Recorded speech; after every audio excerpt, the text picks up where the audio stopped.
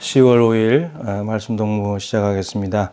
에스겔 18장 19절부터 32절까지 말씀인데 누구에게나 살 길은 열려 있다 라는 제목으로 잠깐 말씀 나누겠는데 18장은 매우 긴 내용인데 죄와 죄의 결과, 그 죄를 지은 사람이 그 죄의 결과를 어떻게 감당하는가, 어떠한 책임을 지게 되는가 하는 내용을 다루고 있습니다. 이스라엘 땅이나 바벨론 땅에 포로로 와 있는 사람들 사이에 속담이 하나 있었습니다. 아버지가 신포도를 먹었으므로 아들의 이가 시다. 2절에 이제 18장 2절에 나오는 말씀인데, 이 말씀은 아버지가 신포도를 먹었다면 아버지 이가 쉬어야 되는데 아들의 이가 시다. 그러니까 원인 제공은 아버지가 했는데 결과는 아들이 당하게 되는, 그 죄는 아버지가 지었는데 죄에 대한 결과와 책임을 아들이 지게 된다. 이런 속담이 있었다는 거죠. 근데 하나님께서 이제 이 속담을 못 쓴다라고 이제 말씀하시는데, 성경에는 이제 두 가지 원칙이 있습니다. 하나는 출애굽기 20장 5절에 있는 대로 우상을 만들고 형상을 숭배하게 되면 하나님을 미워하고 하나님의 계명을 지키지 않고 우상 숭배하면 자손 3, 4대까지 하나님께서 저주를 내리신다, 이렇게 말씀하셨죠. 이게 이제 연대 책임제 혹은 집단 책임론인데, 이제 그것이 이제 물러가면서 하나님께서 이렇게 말씀하십니다. 아버지가 신포도를 먹었으면 아버지가 신 거다. 아들이 신포도를 먹으면 아들이 신 것이고, 그래서 이제는 개인 책임제, 개인 책임론으로 이제 원칙이 이제 바뀌어져 가는 모습을 기록을 하고 있습니다. 죄와 의에 대해서 기준은 하나입니다. 하나님의 계명대로 살았냐 못 살았냐. 하나님의 계명대로 살았으면 하나님의 계명대로 살았으니까 의인이라고 말하면서 너는 산다. 그러나 하나님의 계명을 지키지 못했다면 너는 죄를 지은 것이고 죄인이고 너는 죽는다. 이제 이것이거든요. 기준은 하나님의 계명이고, 따라서 계명을 지켰냐 안 지켰냐, 개인이 어떻게 살았냐에 따라서 그 결과가 개인이 다 맞이하게 된다. 이제 이런 내용입니다. 이것이 이제 연결이 되면서 무슨 물음과 이제 연관이 되냐면 이렇습니다. 앞부분에 나왔던 부분인데, 이스라엘 땅에 있으면서 바벨론으로 포로로 잡혀가지 않는 사람들이 이렇게 말했죠. 저 잡혀간 사람들은 나쁜 고기, 우리는 좋은 고기. 안 잡혀갔으니까. 그래서 저들은 우리보다 더 죄가 많고 우리는 죄가 적은 거고, 이렇게 생각한다 그랬죠. 근데 포로로 잡혀간 사람들은 오늘 19절에 뭐라 그러냐면은 이렇게 말합니다. 아들이 어찌 아버지의 죄를 담당하지 않겠느냐. 그러면서 하나님의 길이 공평하지 않다. 그러니까 포로로 잡혀온 사람 입장에서는 우리가 왜 죄 벌을 받아야 되냐. 아버지가 잘못한 건데 아버지가 잘못한 걸 왜 우리가 포로로 와서 고생을 해야 되냐, 이렇게 말한다는 거죠. 그러니까 이스라엘 땅에도 가나안 땅에도 서로에 대한 죄와 죄의 결과에 대한 생각들을 가지고 혼선을 겪고 있을 때 하나님께서 그 생각을 정리를 한다는 거죠.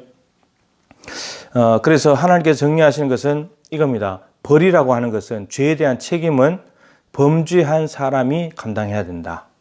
이것이 이제 하나님의 답입니다. 그래서 의인은 살고 죄인은 죽는다. 이게 이제 분명한 거거든요.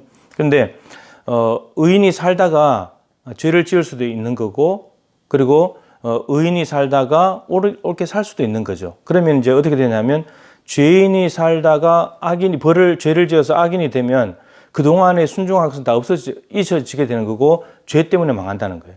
그런데 악인이 죄를 짓고 살다가 순종으로 바꿨다 그러면 범죄 악은 다 잊어버리게 되고 지금 순종한 것 때문에 하나님께서 살리신다, 이런 내용입니다. 그러니까 어떻게 보면은 의인은 살리고 죄는 죽는다. 하나님이 아무것도 참작하지 않으시고 그냥 아주 냉정하게 공정하게 판단하시는 재판장인 것처럼 드러나는 모습이죠. 근데 이제 오늘 본문 후반부로 갈수록 이 개념이 좀 또 달라지기 시작합니다. 23절이 참 중요한 구절입니다. 주 여호와의 말씀이니라. 내가 어찌 악인의 죽는 것을 조금인들 기뻐하랴. 그가 돌이켜 그 길에서 떠나 사는 것을 어찌 기뻐하지 아니하겠느냐. 마지막 32절에도 이 말씀이 나옵니다. 주 여호와의 말씀이니라. 죽을 자가 죽는 것도 내가 기뻐하지 아니하노니 너희는 스스로 돌이키고 살지니라. 그럼 공정한 재판장이 하나님의 모습이라면 분명히 악인이 죽어야 되는 게 마땅한 거죠. 근데 오늘 뭐라고 말씀하시냐면, 악인이 죽는 것을 나 기뻐하지 않아. 악인은 당연히 죽어야 되는데 죽을 자가 죽어야 되는 것은 당연한 것인데 그게 하나님의 공의인데 하나님은 지금 뭐라고 말씀하시냐면 죽을 자가 죽는 것, 악인이 자기의 악 때문에 죽는 것 나는 기뻐하지 않아. 내가 기뻐하는 것은 뭐냐면 저들이 자신들의 악한 길에서 돌이켜서 떠나서 사는 것을 나는 좋아. 하나님 이렇게 말씀하신다는 거죠. 그러니까 아무것도 묻지도 따지지 않으시고 의인은 살고 죄인은 죽는다. 공정한 재판장의 모습을 벗어나서 나는 너희들 둘 다 살았으면 좋겠다. 비록 의인이 악한 길로 간다 할지라도 그 사람이 악을 행하다가 죽는 걸 원치 않고 돌이키면 살 수 있다는 것. 여기서의 하나님의 모습은 창조주 하나님의 모습이에요. 창조주는 생육하고 번성하는 거잖아요. 망하지 않고. 그게 하나님의 창조주의 모습이었잖아요. 하나님의 목적이었고. 여기서도 악인 망하는 걸 원치 않는다는 거예요. 돌이키면 산다는 거예요. 그래서 군데군데 이런 말씀이 나옵니다. 너희들 스스로 헤아려라. 너희 자신의 삶을 돌아보라는 거예요. 이스라엘 땅에 남아있다고 해서 좋은 곡이 그렇게 생각하지 말고 돌아봐야 되고 바벨론 포로로 왔다고 해서 너희들이 우리가 왜 부당한 고난 당해야 돼 이렇게 생각하지 말고 스스로 돌아보라는 거예요. 혹시 죄가 없는지 돌아보고 스스로 돌이켜서 방향을 바꾸어서 회개하고 악에서 떠나라. 그러면 살게 된다. 하나님은 죄는 심판하시잖아요. 근데 죄에서 돌이키면 하나님은 그 사람을 받아주신다는 거죠. 그리고 31절에 마음과 영을 새롭게 할지어다. 이제 너희들 마음과 영을 새롭게 해서 새로운 삶을 시작하면 돼. 하나님이 그러면 죽을 자가 죽는 것도 기뻐하지 않고 마음과 영을 새롭게 한다면 하나님은 살리시겠다라고 말씀하고 계십니다. 여러분, 코로나가 나에게 오지 않았다고 해서 우리가 죄가 없는 것이 아닙니다. 나에게 어떤 암도 걸리지 않고 사고가 났다고 해서 죄가 없는 것도 아니에요. 그런 일이 일어났다고 해서 죄가 있는 것도 아니에요.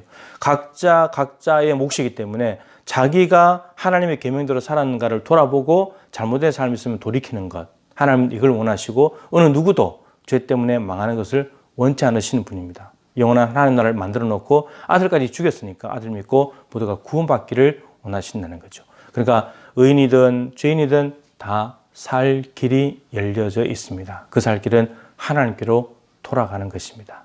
여러분 너무 늦어지기 전에 무뎌지기 전에 하나님께로 돌아가서 새로운 생명을 얻고 마음과 영을 새롭게 해서 하나님 보시기에 아름다운 삶으로 응답하는 저와 여러분 될 수 있기를 주님의 이름으로 축복합니다.